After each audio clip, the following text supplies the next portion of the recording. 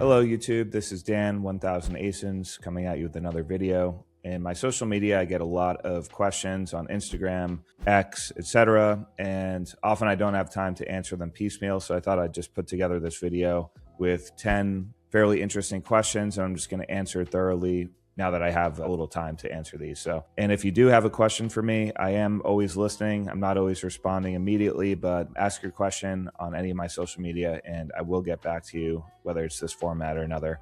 And if you guys aren't familiar with me, I've sold over $80 million on Amazon and counting. I'd like to answer whatever questions you have about selling on Amazon, the wholesale business model. So here we go. Number one, what's the hardest part about Amazon Wholesale? Hardest part, I would say, is getting suppliers. Amazon Wholesale is a business where you're contacting a lot of brands to work with, a lot of distributors to work with, and these brands and distributors get contacted many, many times per week, often even every day. So standing out from other people that are contacting these brands and actually providing value to these brands is probably the toughest part. It's definitely an industry where the sales process is a little difficult. You really have to convince these brands to work with you, and you have to deal with a lot of rejection. Even in my business, being one of the top sellers on Amazon, I still get told no a lot more than I do yes. That said, if you're persistent and follow up and increase your skill set, you definitely will find brands to work with. But if you're expecting to make 5 phone calls and get 5 profitable wholesale accounts, that's just not the reality of Amazon Wholesale. So I'd say that's the hard part, especially for a beginner. And then everything about the business other than that is fairly straightforward. It's very simple. It's buy low, sell high, buy widgets for $5, sell them for $10, make the difference after Amazon fees. That part of it's not too complicated. I will say there is a second challenge, which is dealing with Amazon themselves. Often they'll change their policies. They'll restrict listings. Sometimes products don't go the way you think they will. So there's some of that stuff to deal with. But I would say the biggest fail point for new sellers trying to enter Amazon Wholesale is just not being able to get good brands and distributors to work with. And a lot of them will just give up before they finally find that account. And that's the short answer. If you want the long answer to this question, we dive into this in great detail in my program, ECG Wholesale. So if you are stuck on this point, then there are more resources. We can get into the weeds a little bit more in my community. The link to that is in the description. Solution to brands saying no Amazon seller. So yeah, a lot of times you'll call or email and the brand will say, we're not taking on any more Amazon sellers, or no Amazon sellers, or we're all set. And yeah, the reality is they're going to say that a lot of the time. And sometimes you're not going to convince them otherwise. I'd say even most of the time, if they say that, we'll still try to get the account and work our way in, but 80-90% of the time, they're just going to ghost you or say no. And that's fine. But the ones we do successfully get an account after they say that, usually we will ask them what their pain points are, because if they say no Amazon sellers, there's clearly a why behind it. So the why could be, we have MAP violators that are screwing up our pricing, or we already have 10 sellers that we're working with that are really good, or we're cutting off sellers entirely. We're going to start selling ourselves on Amazon or sell to Amazon. So the first step, I think, is to get a why out of them. And then based on what that why is, then you can propose solutions to combat that. So some whys I won't even fight. If they're, creating their own Amazon account and selling exclusively online, I'm not really going to convince them otherwise, because, that's a very low conversion type of strategy where I'm like, oh, you should sell to me exclusively instead of starting your own account. I mean, it can happen, but pretty low percentage chance that that's going to work. But if it's something like, oh, we have bad actors, breaking MAP, or we don't know how sellers are getting our product, then that's a conversation that can lead to something better. Best way to increase conversion. So yeah, there are multiple strategies for reaching out to brands. You have email, of course, you have phone calls, and then you have in-person, which would be trade shows. And I would say email is the easiest to reach out to a lot of brands for, but the lowest conversion rate. Calls is probably second best, where you're making phone calls, higher conversion, but you do have to do a little more research, and it's hard to do 1,000 phone calls in a week, obviously, not like you can do with email, 1,000, 10,000 emails in a week, no problem. So calls are, lower volume, but higher conversion. And then I'd say the best conversion of all would probably be in-person meetings or trade shows, where you actually get to talk to the sales directors directly, shake hands with them, and it's harder for them to say no. And it's an easy way for you to stand out against the 50 people that email. I've been doing some trade shows recently, more than I've ever done. And I have talked to some sales directors who say, oh yeah, we get hit up every day, but you guys look legit. You're in person talking to us, carry similar brands to us. We will open the account for you. I would say, yeah, that's kind of the hierarchy of, types of outreach and conversion. What is your sourcing strategy? So I have another video about this. I have a video on how to use a software called Smart Scout. Smart Scout has made wholesale sourcing a lot easier than it used to be. I used to go to other stores on Amazon that I identified as wholesale sellers and try to get a list of all the brands they have and contact those brands. And that still does work, but Smart Scout has made it a lot easier where you can just view the Amazon catalog organized by brand, and you can filter those brands by certain revenue ranges and only filter brands that already have multiple Amazon sellers on the listing, meaning they're working with third-party Amazon sellers. So it's a good way to fast track to the brands that you have a chance of working with. And if you guys want a link to Smart Scout free trial, I have that link below, and I would definitely say it's an essential tool to have in 2026 and beyond. Are you still working with distributors? Yes, I am. There are a couple of reasons for that. Reason one is some brands will not sell to retailers directly no matter what. Some brands are just set up to sell to distribution only. So there are distributors we buy from, and the brand even knows we're selling and that we're buying through them, and that's the only place we can buy. We can just buy their product through distributors, but we still have letters of authorization, and they knew who our store is on Amazon and all that stuff. So that's reason one, that sometimes you need a distributor regardless. Reason number two, I'm not opposed to distributors. While purchasing directly from brands, I think, is the best if you can, there's still plenty of good, profitable products from brands that don't care if you sell on Amazon available through distributors. So products like that, I'm not going to say no to them.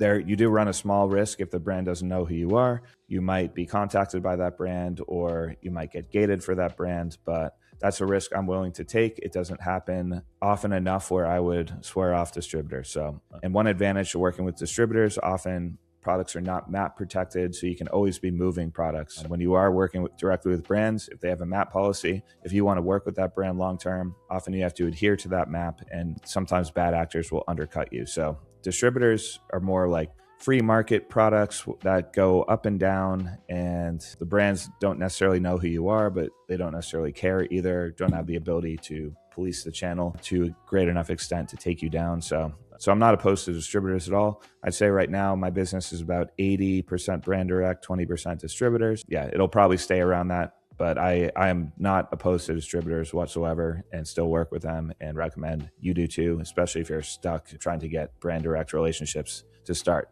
I think if you're brand new, working with a local distributor is a great way to get your feet wet, start doing some volume, start making some money. So did you notice a difference in Ungating when account health increased? Let me try and translate that question.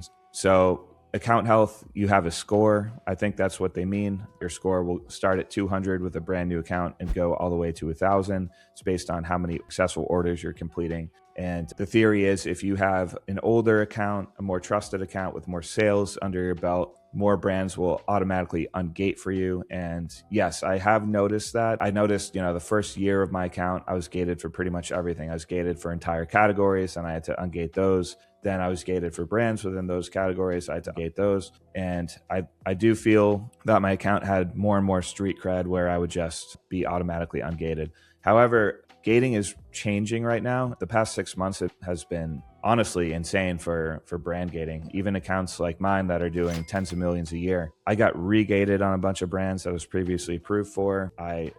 It seems like more and more brands are kind of closed off unless you provide invoices with a lot of units. Amazon in the past used to accept invoices with 10 units or more for a product. Now I'm seeing ungating applications be 100 units, 200 units, 300, and I've even seen 400 plus units. So it's kind of a weird dance now where you have to take a significant risk of buying up to 400 units of a product, submitting that invoice and hoping you get ungated. And what happens if Amazon doesn't accept your invoice? Now you have 400 units of product that you might have trouble moving on other platforms. So gating has become rather difficult. And that's just another reason why brand direct is nice. because you don't have to deal with that. The best way to ungate brands now is to just get a brand registry invite. So brand owners will have something called Amazon Brand Registry, where they've uploaded their trademarks and can control unauthorized sellers and provide different roles to different people like agencies, resellers, service providers. And there is a role called reseller invite. So what we do with our new brands that we work with, we have them go into brand registry, invite our store as a official reseller, and that will actually automatically ungate you even without an invoice, so that we usually bypass invoices altogether. But if we're working with a distributor and the brand doesn't know who we are, sometimes we have to take that risk of submitting the invoice, hoping it works. And oftentimes it will not work even for large stores like me. So ungating has gotten rather tricky in recent months. How to identify the right products to sell. Good news, I have a video on this too. So I have a video where I go into Keepa. Keepa is the product analysis tool that you should absolutely be using to analyze products. You can analyze the price history of a product, the number of sellers, and basically everything you need to know, sales velocity, buy box share. So that's what I rely on for product analysis. And then on a more basic level, I use RevSeller, and there are other tools out there that are basically just Chrome extensions. They'll pop up on an Amazon page and they will tell you how much money you'll make on a unit. So let's say, simple example, something's $19.95 sale price online. You got a catalog from a distributor brand, you know your price is $10 for that product. So you plug in $10 for the product, then it will calculate how much money you make after Amazon fees. So it might say it makes $3 a unit at a 30% ROI and a 15% profit margin. I would look at that and say, okay, am I willing to accept that ROI and margin? And then I would also look at the Keepa and look at the price history. So if the price was $15 90% of the year, but it's just temporarily high right now, I might pass on that product. Or if the price looks really, really stable, or it's actually at a lower than usual price and I'm still making money, then I'll pull the trigger on that product. So I'm using Keepa and RevSeller to analyze each and every product that I look to buy. I have been rejected because I don't have a brick and mortar store. Any tips to close the deal? Yeah, we run into this sometime with brands. We're actually developing a brick and mortar store for this reason. There are a lot of really excellent brands that do extremely well on Amazon, and we've run into the same thing. If you don't have a brick and mortar store, kind of tough. Workarounds to that could be partnering with a brick and mortar store where you run the volume through them. Although brands are smarter than they used to be. It used to be, 5 years ago, a single store could order 1,000 units of a product and the brand just doesn't really bat an eye. Now brands, especially in health, beauty, supplements, really, competitive, high volume niches, they want to control their supply chain really, really closely. So if some beauty store buys 1,000 things of eyeliner, it's going to raise red flags. So some brands police that very heavily. Some brands don't. Their salesperson just checks a box, and then once the account's open, you can run infinite volume through it. So it kind of, I guess, is case by case on how much brands care about brick and mortars and how much they police it. But you can either partner with one, start one, or somehow convince. But often the sales reps are just like, I need to check this box, and if you don't have one, I can't open the account. So those are 10 of many, many more questions. Hopefully you guys ask. I love to engage with you guys and answer your questions. And I think answering them in batches like this is the best format for me. So use any AI in your business. Yeah, great question. I'm starting to use more and more AI. I use ChatGPT like your next person. So it helps with basic agreements. I've actually drafted some exclusivity agreements with ChatGPT. I think AI is great for anything contract related. I recently used AI to help me with my SBA loan, just with what banks are looking for in terms of documents. They ask for letters of explanation. AI was able to draft great, professional looking letters and templates that the bank was actually really impressed with. And it was very easy for me. And then we'll use AI for best practices. We're building a Shopify website right now. So I said, hypothetically, if you were a Shopify agency, what would you do to get to $100,000 of revenue? And it went into all these different strategies. So we're taking AI's recommendations on that. And then most recently, I want to explore agentic AI, where it can do some tasks that an employee or VA would do. So right now, what I'm working on is something where AI will go through a supplier spreadsheet and then first figure out whether I'm gated for certain brands. So certain brands are restricted. I can't even apply. I would want AI to create a new column in that spreadsheet and indicate which brands are restricted versus which brands I can apply to get ungated versus which brands I'm already ungated for. Cross-check the UPCs of that list with the ASINs, provide a link to the ASIN, and maybe even use Keepa to pull some profitability data. So something that like a buyer or product analyst would do. I'm pretty sure I can get that working. So now I'm trying to glue together some different AI things for that. And I think, yeah, within 5 years, a lot of the tasks will be able to be performed with AI, if not all of them. So trying to get on the cutting edge of AI. I'm a little bit lazy with AI because it changes so fast. The tools are changing so fast. I'm kind of like, oh, well, I'll just wait till I can just talk to it and it can do it better than a human can. Right now, you've got to like glue some pieces together. It makes mistakes. But I'm trying to not be lazy and complacent and just start using these tools and getting on the forefront because I think it is very important. What was your net margin for 2025? So I actually made an entire YouTube video about this. So if you want to check that out, I go through my entire profit and loss statement for 2025. My goal is to be the most transparent wholesale guru. And I hate that word, but I'm not hiding anything. I'm showing you the reality of running this business, the good, the bad, the ugly, everything in between. But to answer your question in a shorter format, it was between 7 and 8%. I forget the exact percentage, but on my profit and loss, it was 6 point something. And then there are a few manufacturer rebates and my salary added back into that to bring me to around 7%, I'd say. And whether that's a good margin or bad margin, my opinion on that is probably somewhere in the middle. I know some big sellers that run on very low margin, 3 to 5%, but they do huge numbers. So they're still netting millions of dollars a year, but